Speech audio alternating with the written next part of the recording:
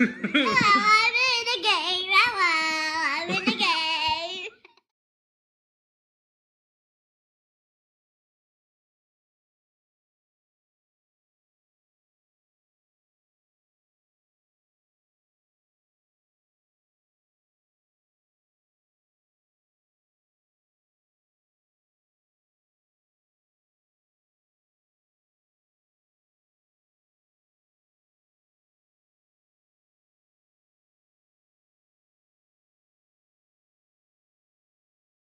Hello, I'm in the video with my daddy.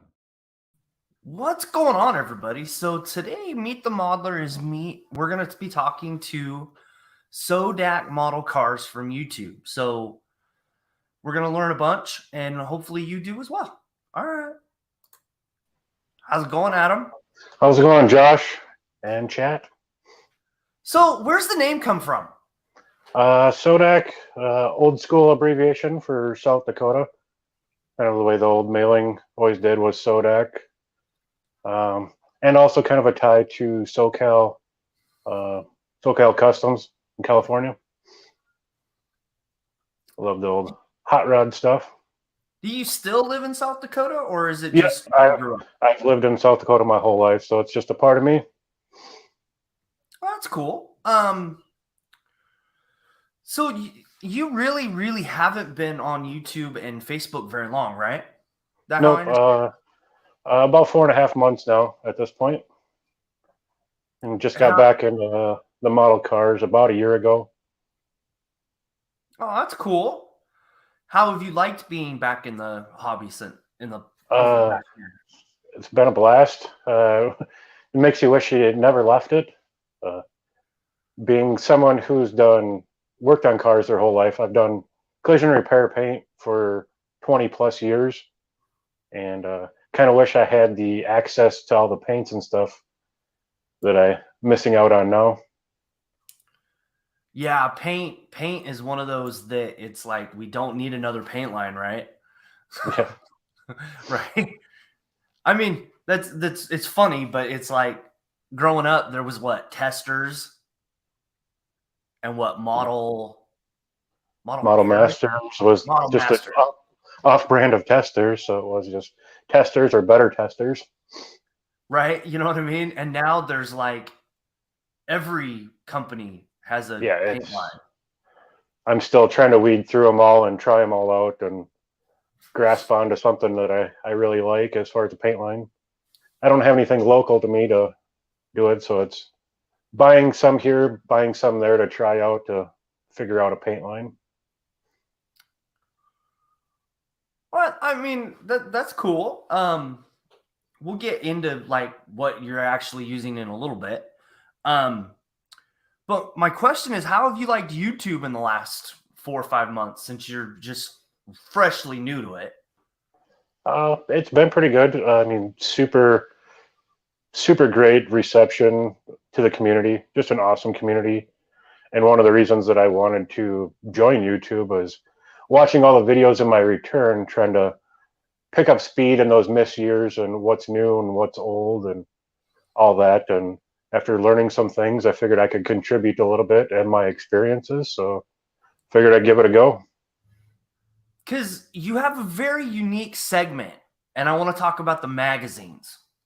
Where Okay. did that come from? Is it you've always been a magazine guy, or Yeah, I mean, it was just always good inspiration to look back. I like the magazines because they're more of a real freeze in time versus like scrolling through the internet and trying to figure out is this really an original build, or is this a modernization of it? So looking back at the old magazines is really just a complete stop freeze in time to look at the era that I really enjoy. so what's your favorite magazine that you like to go back through? The main one I do right now is the Rod and Custom. I really am a big fan of anything customs. I have some popular customs that I really enjoy too. That's the 60s era custom work. Okay. What's the coolest tip you've gotten out of the magazine? I don't know if it's so much a tip, but just really understanding the style and like looking at the drag racing side, it was just such a huge evolution in that 12 to 15 years from like mid 50s through the 60s. Like everything was changing nearly weekly from event to event, and guys just trying to innovate and do their own thing, which is just awesome to watch the evolution just from month to month. No, I mean that it's really cool, and I like. I watched the last one you did, and they had that. I want to say Impala that was in there. There was one of them that was a really not like I thought it was actually a real car, but it was a model car, Okay. and I thought it was one of the cooler, cool segments that you did in that. Yeah. It was so super cool. Yeah, and that was like around 64. Rod and Custom started adding the model cars into the magazine, so it's really cool tie-in between the real thing of the day and what they were doing in the model world. No, I mean it's super cool. So I want to get into what you like to build. Anything. I mean, I would say my genre is pre-73 American. Um, from muscle cars to customs to classics, antiques. Just basically anything from the 70s and older. I haven't really gotten into any of the antiques or the early stuff, but I have several in my stash that I look forward to doing.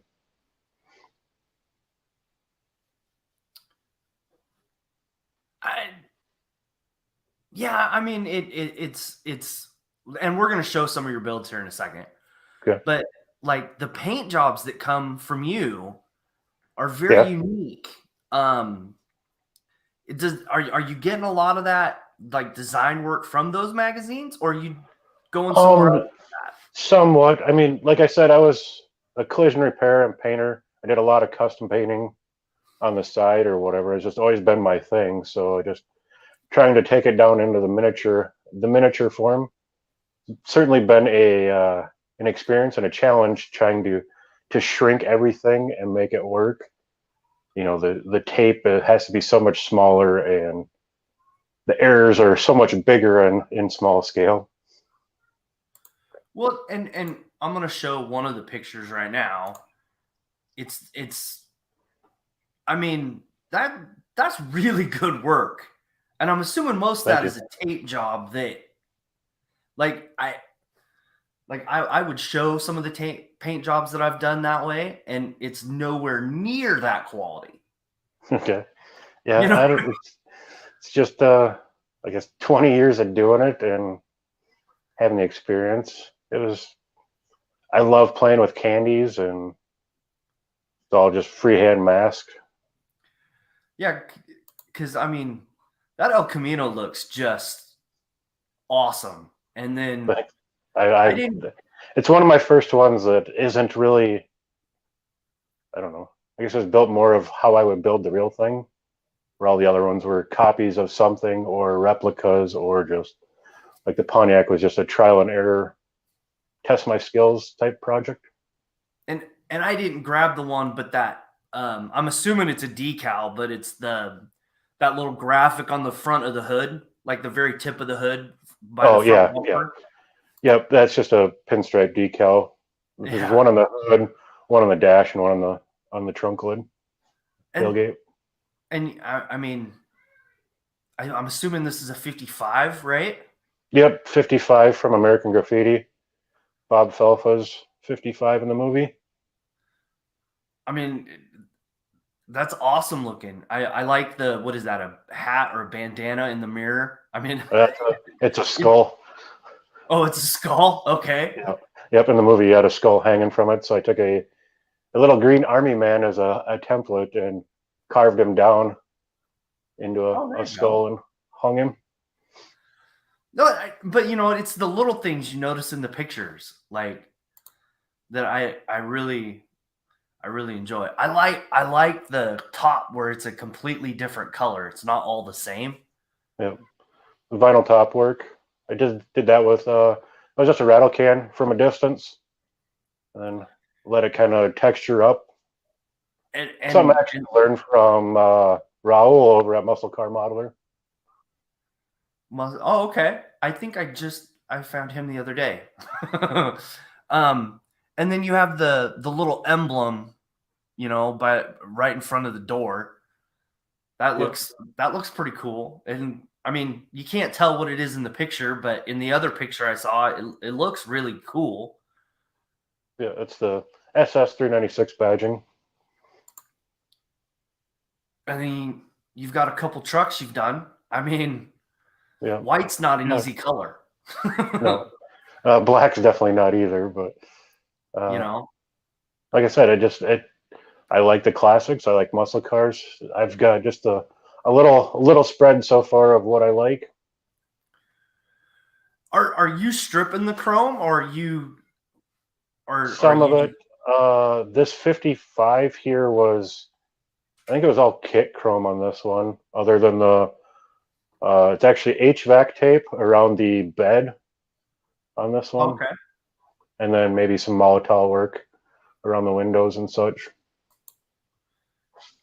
And then I love this area of trucks. Even Ford, Chevy, Dodge, don't matter. I love this era of trucks. Yeah, it's just bubble fenders are kind of an iconic era. Right? And then you have the step side bed that goes, it's just I love that era. Yeah, that was my first one completed back into the hobby. It was one that was originally painted as a youngster. I found it in the closet. Watching all the YouTubes, I learned that you can strip these plastic kits from the paint, and so I figured I'd give that a go, see how that works out. In my eyes, it was already a ruined kit, so can't hurt nothing. Right? It always helps to have a kit that you don't care Yeah, if it really turns yeah, out the way you really want, right? well, So, what are some of your favorite tools that you like to use? uh, probably my airbrush, as you can kind of see the custom painting. I love airbrush and tape, and probably the one Okay, thing I can't live without is the airbrushes. which airbrushes do you have? I have there's a Badger Crescendo 150. That's a what, 0.5? It's got the interchangeable point 0.2, point 0.3, and point 0.5. Oh, okay. And then I have a Iwata Revolution. It was one of the first ones that came out with the trigger control. Okay. And I think How, that's a how is that to you? 0.25. How is that What's that? Iwata trigger gun? Oh, I Is love that it. I wish they were all triggers. You know, Doing the full scale painting, they're all triggered guns, so that's what I'm used to. I sprayed thousands of gallons of paint with the trigger control, so it's a lot more second nature for me. No, I totally understand that. And you can kind of tell in your paint jobs, right? That Yeah. you're really good with an airbrush. Yeah. Is those the only three that you have? It's those two, and then picked up one of those. Barbatos Rex had them. They were Neo Echoes. They were like $40. Okay. And it came with like 3 tips and 3 cups, and it was a good little package for $40. Have you got to use it yet? I have. I've used it a couple times. It's been good. I It haven't run into any issues with it yet. because I can kind of, at least me, right? You can you have skeptic about a way cheaper airbrush. Yeah, You know what I mean? How the quality's going to be and everything. yeah. But I just kind of wanted to start adding to the arsenal, and he gave it really good reviews, so I figured for $40 I can give it a go. right. But it's treated me well. I can't remember what I've used it on so far, but I've used it on a couple of things so far. It's been good. It's always good to have another gravity feed.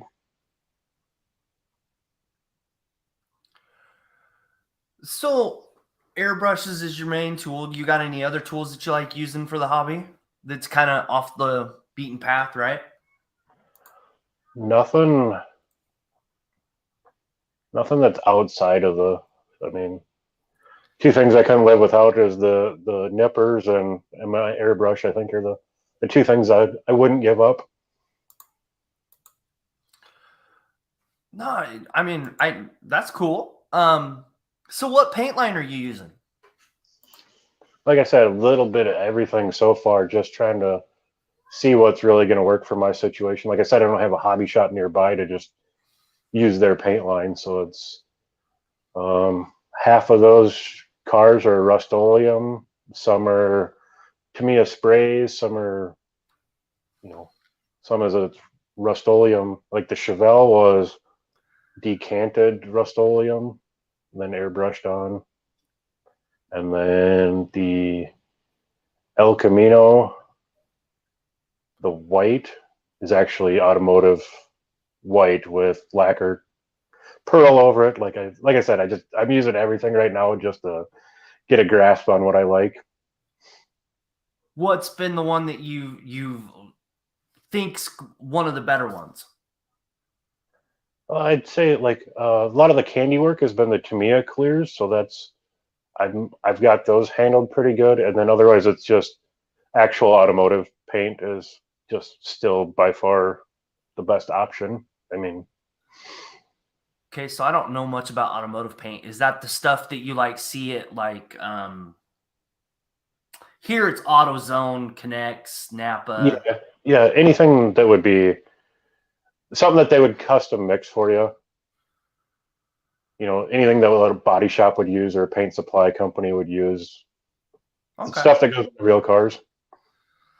No, that's cool. I was just curious if that was, I've never used other than the Wicked and Createch stuff. I haven't really used automotive paint except for the primers for the 3D printed stuff. No, the base coat is just so hard to beat. It's super thin. It dries super quick. It's easy to work with. The 2K clears is a little depends on what you have for ventilation and all that. There's some risk involved with it, but cover yourself and wear the proper mask, and it's what I like using. What type of mask are you using? Are you full ventilator or? If you're going to use 2Ks, it should be an activated charcoal mask. Oh, okay. Like usually it's a 3M. Their large size is a part number 7193. And with those, make sure that you're following the 8-hour timeline that activated charcoal is good for. Put it back in the bag when you're not using it. Okay, so I have another dumb question. What's the charcoal thing? It's literally just charcoal. They call it activated charcoal, and it's just granulated charcoal in your mask that helps filter out all the chemicals.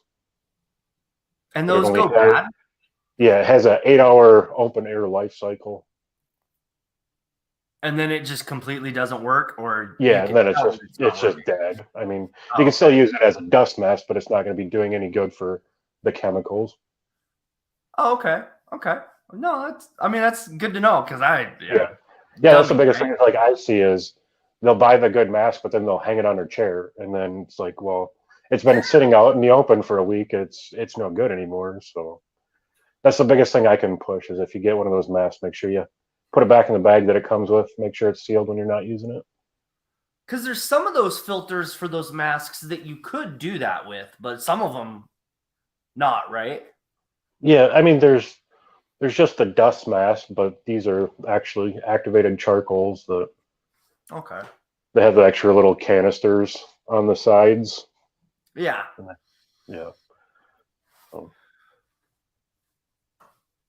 So we've talked about cars, paint, tools.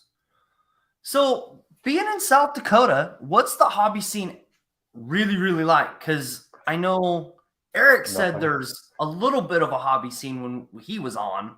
How's your impression of the whole area up there? Well, for me, it's essentially non-existent. I mean, although there is actually a couple of model shows that have shown up. They're in Sioux Falls, which is like 2.5 hours from me. But like for hobby shops, I have a Hobby Lobby 50 miles away. And then after that, it's Sioux Falls, which is like 2.5 hours to get to a hobby shop. So, Are you planning on going to any of them or? yeah, there's actually one this weekend that I didn't catch until like 2 days ago. So, but I don't expect that one to be real big. But there's a big one February 3rd, 4th, and 5th in Sioux Falls that I plan on going to. So that'll be my first show in 20 years. That's cool. You taking anything with you? Yeah, I'll take whatever I can fit along. I've only got 8 to choose from, so it's not too hard to make a decision. Okay. So is there, out of your YouTube subscribers, what's some of the YouTube channels that you've been watching lately? As many as I can. I mean, it's like I said, I couldn't name them all. Everybody in the chat, I'm sure I watch. Like I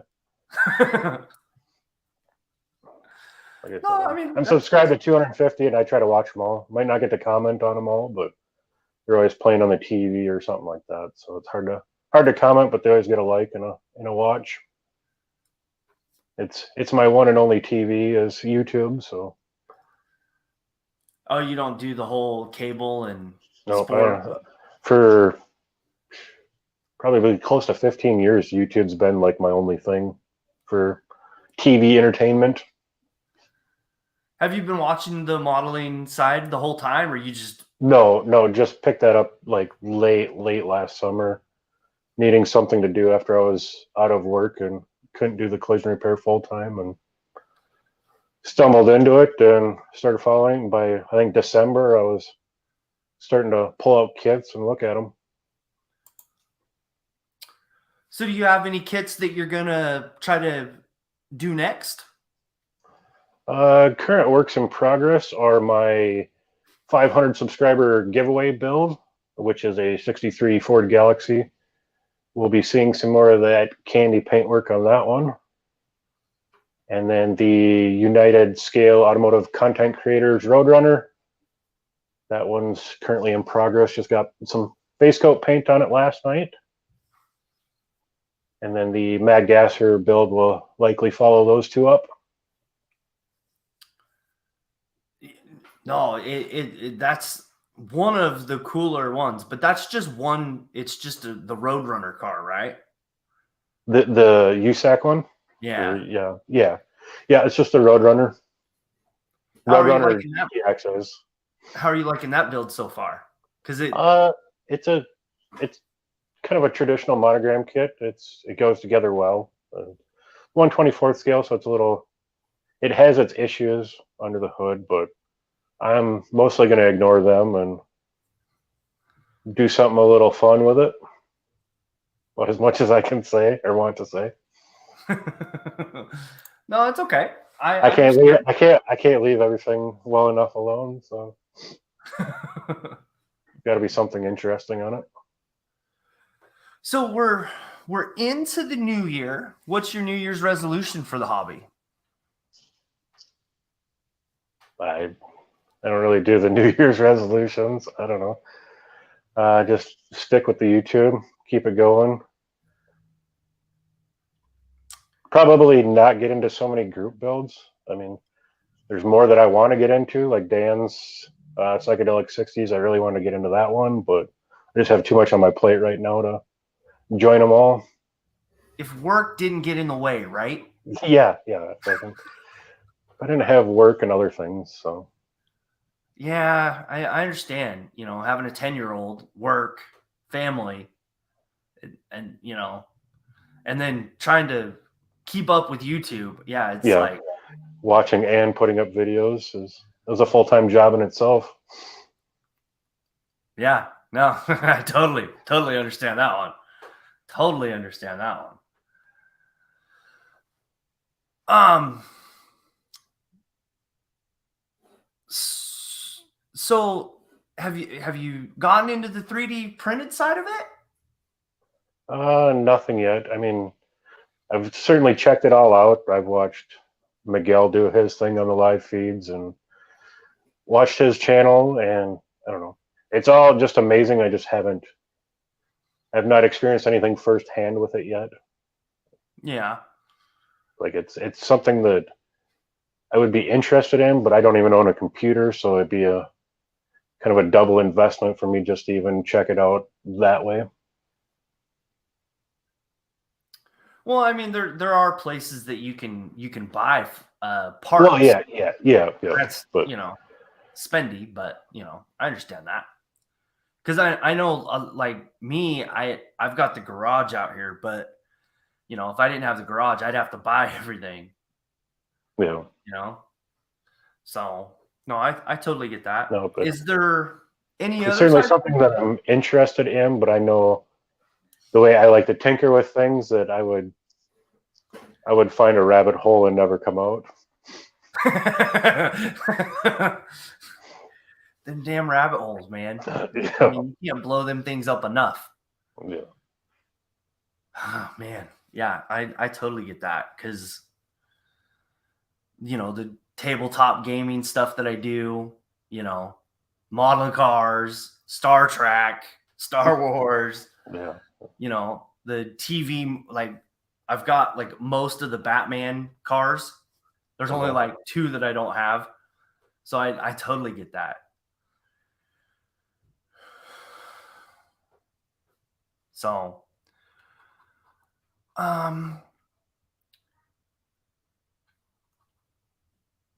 yeah. So are you gonna be? How do I say this? If there's one thing you'd change about YouTube, what would it be for you? Mm.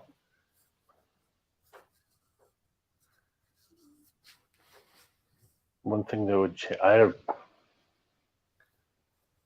really haven't had any bad experiences. Like I said, I've watched YouTube for 15 years, so I kind of know its evilness and its bad things. But I don't know.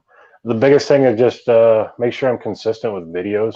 It's the subscribers follow the videos, and if you don't have videos, they're not going to be there, kind of a thing. So, like I've got a little notebook that I've been kind of logging my YouTube journey the whole way, like as far as like subscribers per week and which videos I put out on what weeks and who subscribed and how many subscribers and whatnot. So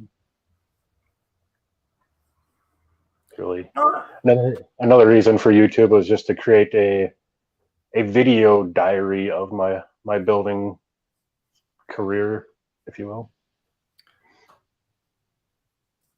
No, I kind of get that. I kind of did the same thing, just to kind of because unfortunately, when Facebook first came out, I didn't know if that was going to stick around forever, and it seems to have had the long haul, right?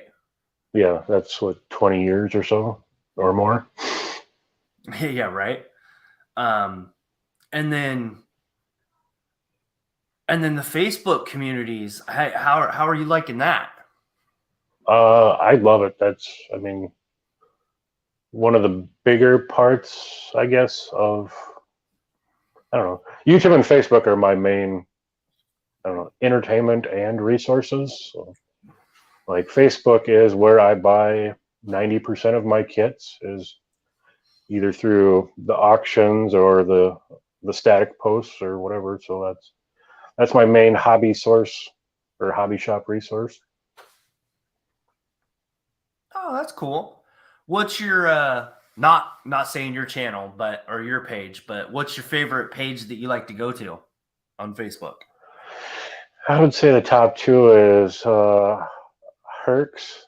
I don't even know what the heck the actual name is, but if anybody out there knows that, it's Herschel Weaver's page, and then Scale Rods and Mods, which is just Gasper's page.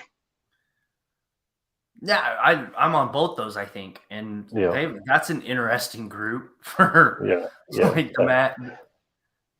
I love the no rules rule. So And then it's amazing how they come up with rules right after that. yeah, yeah. You know what I mean? So you're pretty much liking all the groups, and those are your two favorites. Are you going to be doing like figures at any point? I I doubt it. I don't have much interest outside of cars. Like cars have been my love in my life since I was a toddler, basically. So, That's cool. although I mean, Um, I do watch some of the figure guys and stuff for the interior paints is something I really want to try to look into. Seen a few posts, some of these oil paints that they're using on the interiors that seem to be working out really well for them. I I get that. Like the whole the weathering thing, and that's why I ask people if they do figures, is because I found that figures helps with the whole interior side of the builds. Sure. I would say that's the biggest weakness for me is the interior so far is I don't know what else to do with them. Just Right. spray them a color and call them good.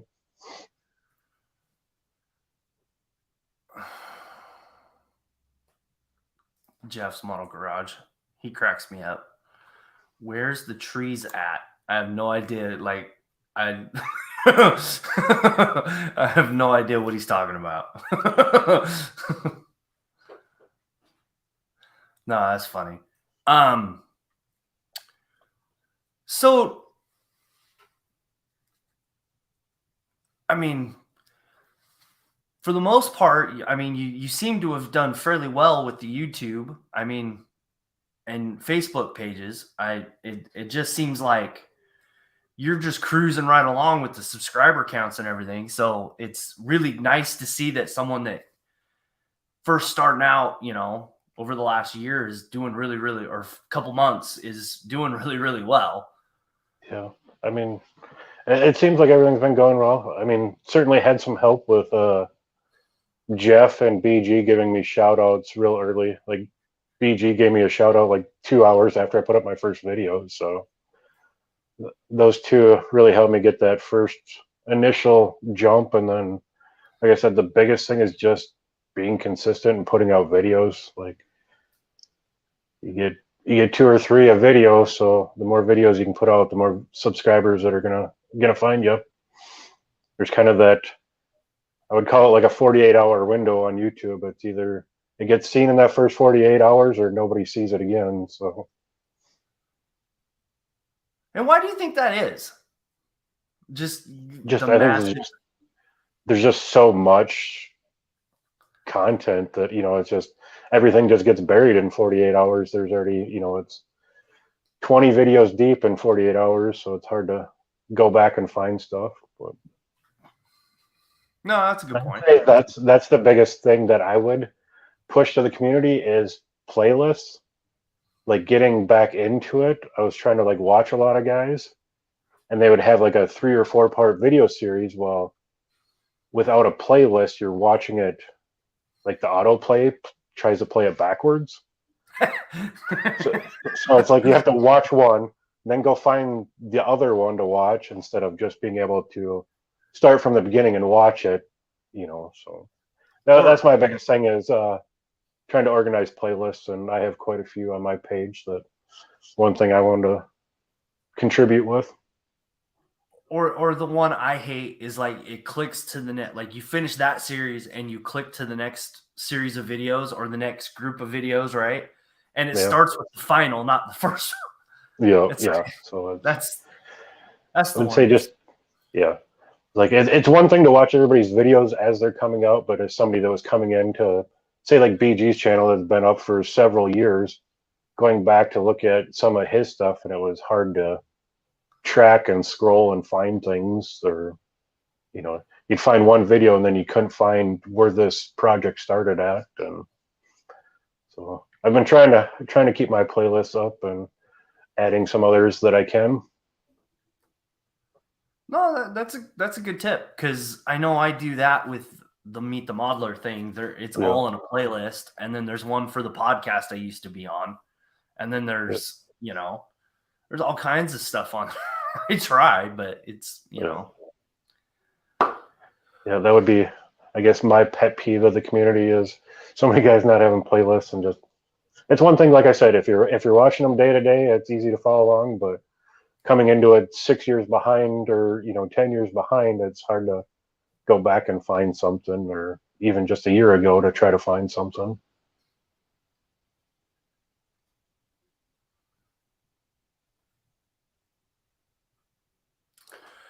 Yeah, I mean it's crazy, right? So I really didn't have any other questions for you. Did you have any for me by chance? I guess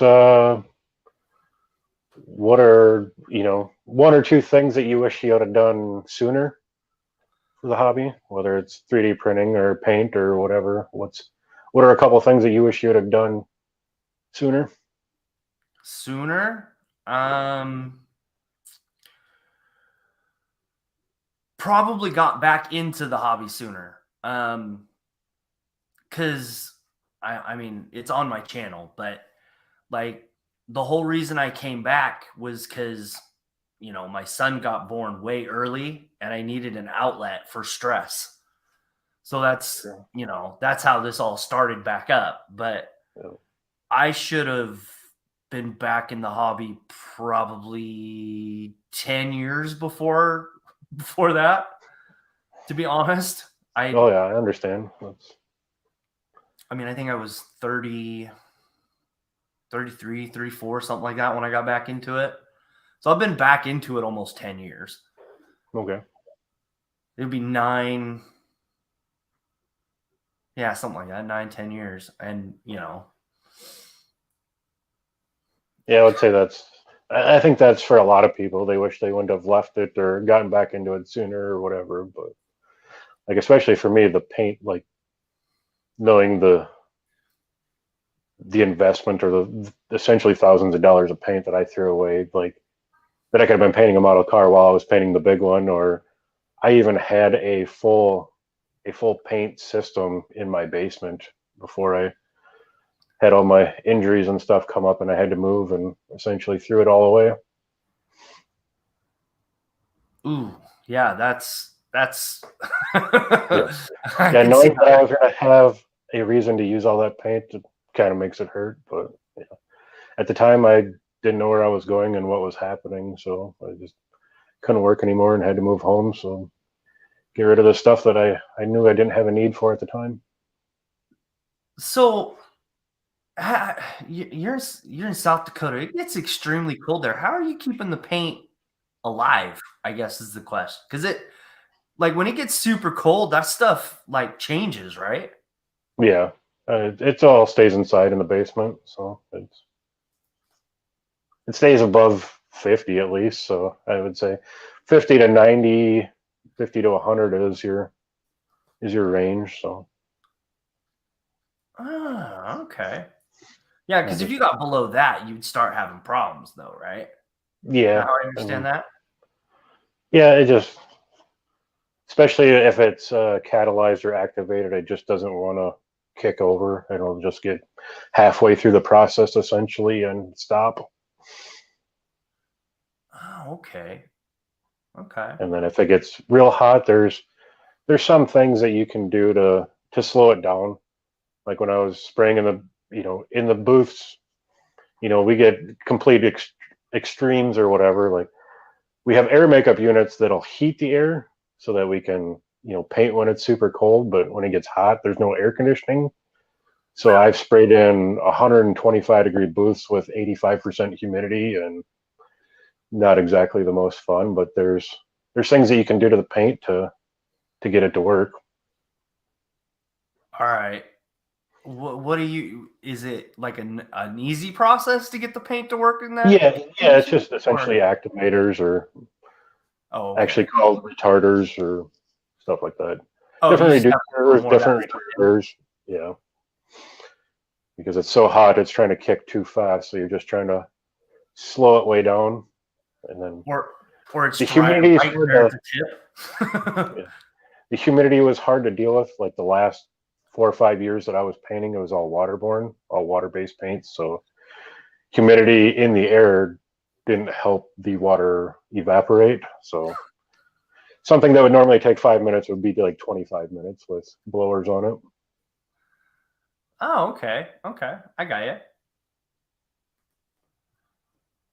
That's a kind of one of those things that you always see on the Facebooks is how to reduce and what air pressures and all that stuff. And it's like to be honest, it really makes a difference of where you live in the country, what your temperatures are, what your humidities are. It's going to change how you reduce and how you spray and your distance and all that. So there's a general starting point, but you have to modify from there. I wish there was more info on all that online, to be honest. And it kind of leads into something I want to do here later in the year. I guess that would be a resolution is I would like to start, I don't know, like a series, like a 101 series of just like airbrush or different customizing styles and just basic automotive things that I think that can help the hobby. You know, seeing different people do things or call things different and trying to get help with just to essentially do basic videos to give them a nudge and then they can ask questions from there, I guess. I know I would definitely watch that. I know I definitely would. Yeah. Um, And like another thing that triggered that was on the 55, okay. like the roof lines. Like a lot of people didn't know that there was roof line difference in those cars. Like the sedan has an actually shorter length roof and it's actually taller than the hard tops. So Okay. kind of one thing that triggered that I could add that into like a 101 series, like explaining the difference between a Phaeton and a cabriolet and a sedan and a coupe and a business coupe and all that, you know, just simple things like that, just the basics of cars. No, I mean that's no, that'd be super cool. I know I would learn a shit ton on that because you know what I mean. Like Yeah. paint is literally a chemistry experiment when Yeah. you break it down. Yep. Because if you put too much paint, it's super thick.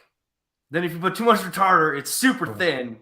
It's Yeah. like Yeah, and that was another video that's like I've got, you know, notes on my phone or whatever of the different 101s, like the difference between the lacquers and the enamels and the urethanes and things like that to go over pros and cons of each of those and explain how they're drying and how they're curing. There's a difference. And that's just on the automotive side, right? Not the modeling side, right? Well, I mean, it's all the same chemistry for the most part. I mean, a lacquer is different than an enamel, and just how they dry versus cure. Enamels actually oxidize. Okay. Like I said, I definitely check that series of videos out. Because I'm 20 years of paint schooling, so I know a little bit about paint. But like I said, I had to get certified nearly every year for painting. So. Oh, what's that process like? Just 2 days in a school and doing different painting steps and basically proving your competency with the product. A lot of it had to do with the warranties and being a certified painter for the warranty programs. Oh, okay. No, that's good to know. I didn't even know they had to go to school for that. There's the paint companies have their own thing, and then I was also iCar, and then there's ASE that has a lot of, I don't know what you want to call them, just certifications is the biggest things. Call them. I did a lot of iCar, and then the different paint schools with PPG and DuPont, which is now Exalta. Oh, okay. I didn't even know that. I didn't know there was more than that. Yeah, so they're usually a 2-day school about once a year, or even just a 1-day program that they would come to the area and do a school or a class.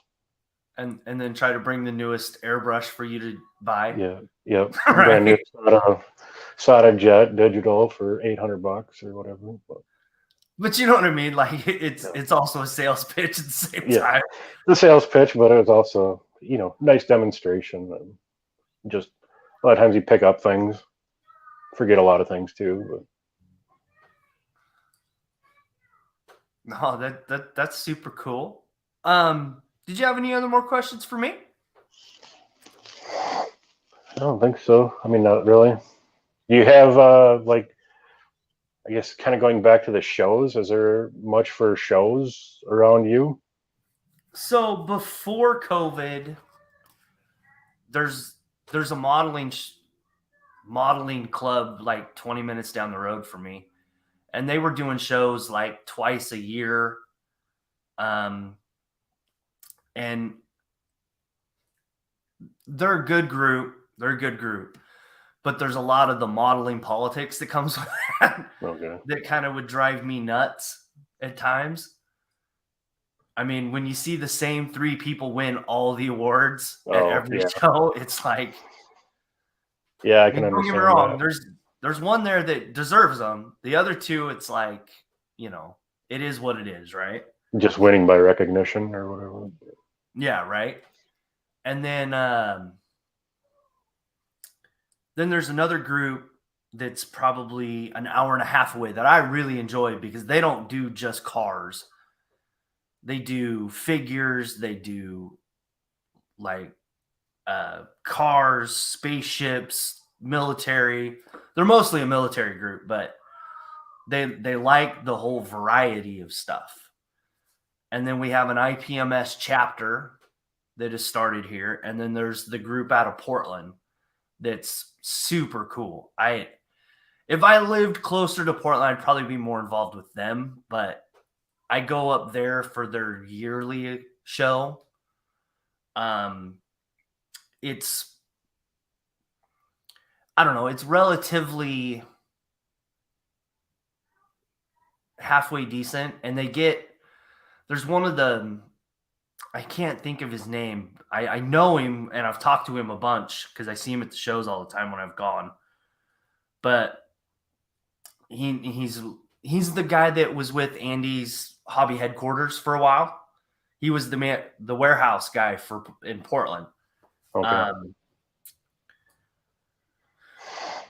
And then there's the show up in Renton, Washington. That's not too bad for me. I think there's one in Seattle. It's going to be in Seattle this year, and I don't know if I'm going to go to either one of those. I want to, but they plan it like the week. It's either the weekend before Valentine's Day or the weekend after Valentine's Day, and I can't commit to that being married. My wife would kill me. Yeah, you got a lot of options up there. I mean, that's definitely one thing I'm looking forward to is the upcoming shows. Like I said, the one in Sioux Falls, February 3rd, 4th, and 5th, and then the NNL in Minneapolis, which is like a 4.5-hour drive for me. But those are the 2 biggest shows that I know of that I can commit to and go to. So kind of looking forward to experiencing that. See everybody's videos online, but to be actually see some of these builds firsthand would be pretty awesome.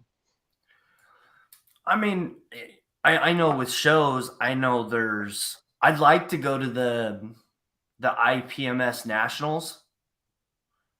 It moves around, and it sounds like from listening to a couple of the podcasts, it's going to be in a permanent location going forward. I don't know where that location is going to be. Was that the one that I think it was in Vegas last year or something, wasn't it? Yeah. That would be a cool one to go to. But that's kind of it. it kind of it's I love how it moves around, but it's also, you have to make a commitment to do that every year. Yeah, yeah, it's like, I mean, yeah, it's it'd be one one nice thing, thing to reach multiple parts of the country, but it's also hard to know where you're going to have to travel to or whatever. So. right? I mean it's cool, but it's also got that one negative for me. Like I can't, it's hard. And like going to Acme, I'd love to go to Acme. Just to see the group of people on YouTube, because that's where everybody goes.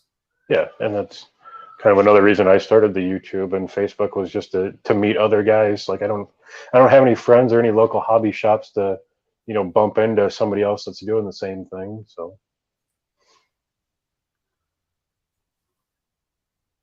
Wait, what? Kate? Oh, okay, that's a modeling show. Okay, that makes so much more sense now. Okay, I read that wrong. No, I mean, we'll see what it's like this next year for the shows. I know the Portland group is going to be doing a show. I want to say late in the year, but yeah, I'm not sure about the other ones yet. Hopefully, but yeah.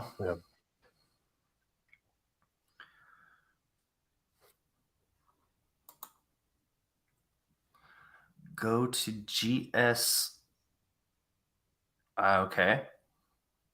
Maybe that's an L or man, no, it's an I. Okay. I think it's another show. I'll check it out. Yeah, I mean, if you don't have any other questions, man, I'm probably gonna bail out on this and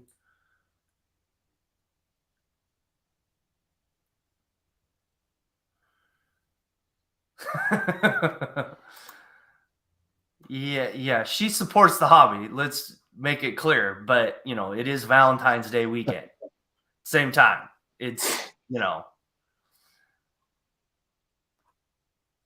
that, I mean, I get where you're coming at, but it's one of those things. No, but yeah, I it's cool we were able to make this work, man. I Yeah, it was good. Thank you. But yeah, I'm gonna take you off and I'm gonna do that exit, and then I'll talk to you in a couple minutes. Okay? Okay, sounds good. Thanks, Josh. Yeah. All right, everybody. So that was Adam from Sodak Model Club or Model Car. Hopefully you guys learned as much as I did today, because I learned a shit ton about modeling paint and automotive paint. So really cool. But next week we're gonna be, it might be two Meet the Modelers.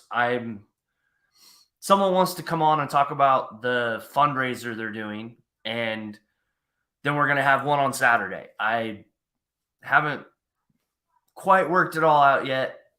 Wish me luck. But there might be two next weekend. So I will see you guys next weekend. Bye.